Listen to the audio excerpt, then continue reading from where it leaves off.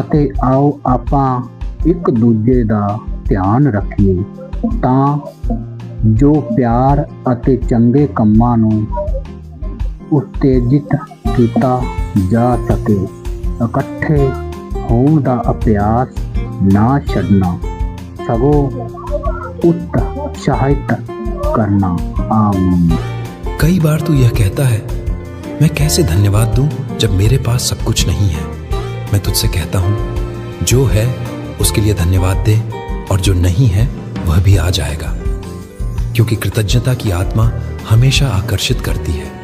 वह दरवाजे खोलती है, लोगों को बदलती है, हालात को मोड़ती है। जब तू धन्यवाद बोलता है, तू भविष्यवाणी कर रहा होता है, मेरा परमेश्वर मेरी भलाई करेगा। और स्वर्ग कहता है, जैसा तूने कहा वैसा ही हो। मैं चाहता हूं कि तू इस महीने में हर दिन के लिए एक नया कारण खोजे धन्यवाद देने का, तेरे भीतर, तेरे परिवार में, तेरे आसपास के लोगों में। और अगर तू सोचता है कि कोई कारण नहीं, तो तू बस ये कहे, धन्यवाद प्रभु, क्योंकि तू अब भी मेरे साथ है। यह एक वाक्य तेरे जीवन का वातावरण बदल देगा, क्योंकि आभार से निकलने वाला हर शब्द मेरे कानों में सीधे पहुंचता है। मैं हमेशा वहां हूं जहां कृतज्ञता की गंध होती है।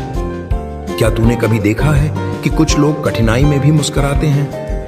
उनके पास शायद सब कुछ नहीं, पर उनके भीतर कुछ है, वह है कृतज्ञता। वह उन्हें संभाले रखती है जब संसार टूटता है।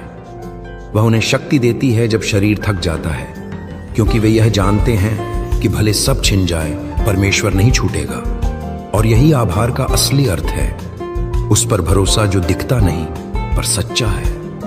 मैं तुझे यह सिखाना चाहता हूं, जब तू धन्यवाद देता है तो तू अपने विचारों की दिशा बदलता है। जहां पहले तू कमी पर ध्यान देता था, अब तू अवसर देखेगा।